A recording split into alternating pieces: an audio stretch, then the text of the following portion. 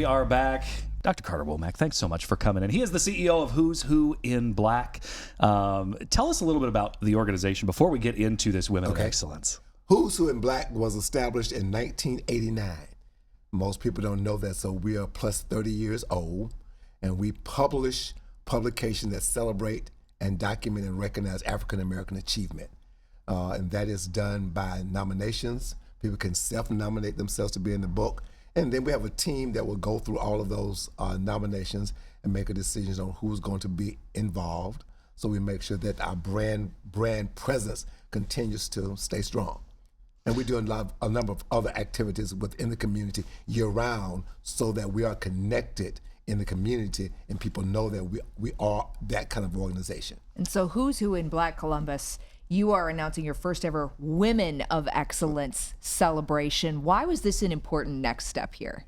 Well, the CEO, Hiram Jackson, believes that this is a place where we could get a good niche because of the phenomenal things that we've done here in Columbus, because the company was really established here in Columbus. So we've been doing more focus on the book. So the idea was we've been successful in Detroit, successful in Chicago, and newly successful in Pittsburgh. Well, Carter, Columbus is the capital. Yes. Let's go. It makes sense to me. Right. And I mean, I'm going to pull up the list here because I've got it. Looking at this, there are a lot of wonderful women who are shakers and movers in this community on this list this year. What was the process of, how did these wonderful ladies get here? I can't imagine the process of narrowing down all the nominations you received to get to this list. What was that process like? Well, we did announcements and we opened it up for nominations. So we had 178 nominees. That's incredible. Yeah. That was the list, and then people still start sending them in after the deadline. So we ended up close to about 190. Oh my goodness. And then we had a team that would go through, look at them, and make this selection. Was it easy? The answer is no. Oh, I can't imagine. Some of the larger organizations had a lot of women. Yeah. So in some cases, we have two people from an organization. And the idea was, no, we're only going to get one. But because of the background and what they had done, we said, let's do it. And, you did have some qualifications that, there was kind of a, does she meet, or is she this person in this community? How do you talk about those guidelines? Like, how did we come up with the guideline was to look at their submission of their bio, who nominated them, and we found that many of them were nominated many times to be included. And the other thing was how many times they have been included in our book. I don't know if you ever seen a Who's Who in Black Columbus book or not. If not, I have some in the trunk.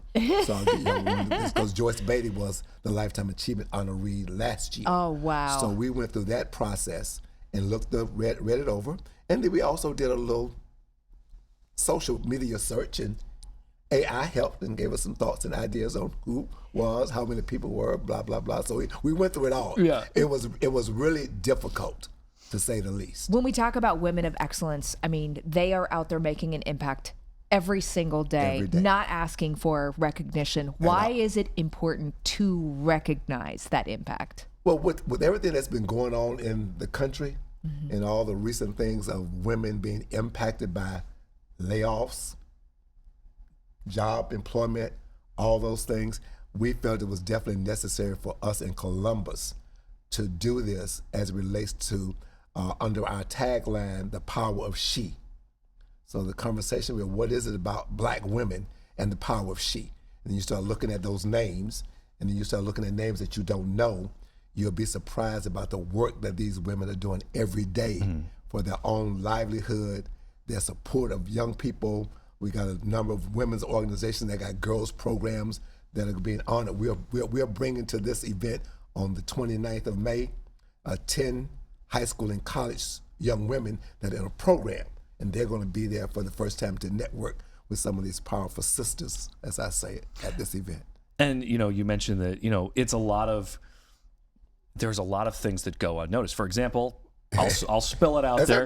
Right. Tracy Townsend is on this list. Yes. And that's one of these things is Tracy does so much outside of what you see on Channel 10. That's right. That, she is very deeply involved in that community. And I see a lot of names on that list as well who are very engaged women in our community who do this. So for the ceremony, there's tickets available for the events. Talk to us a little bit about what's coming up.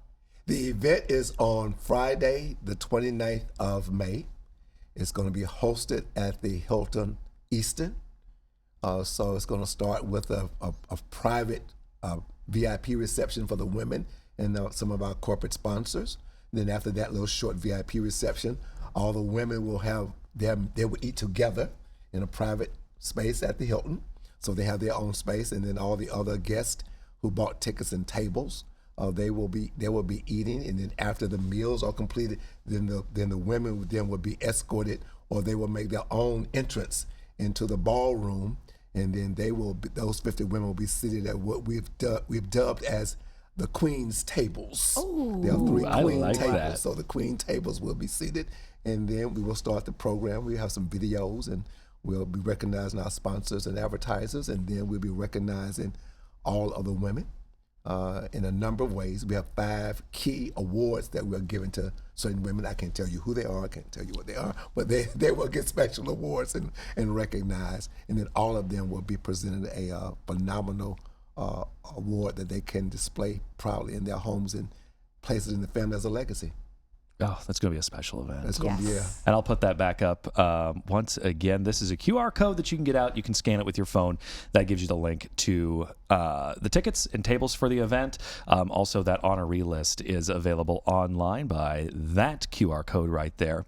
So, all right. It is going to be a fantastic event. It is a fantastic thing to recognize some of these fabulous women who do so much work in our community. and we look for CBS to be there to provide us some coverage. Absolutely. Absolutely.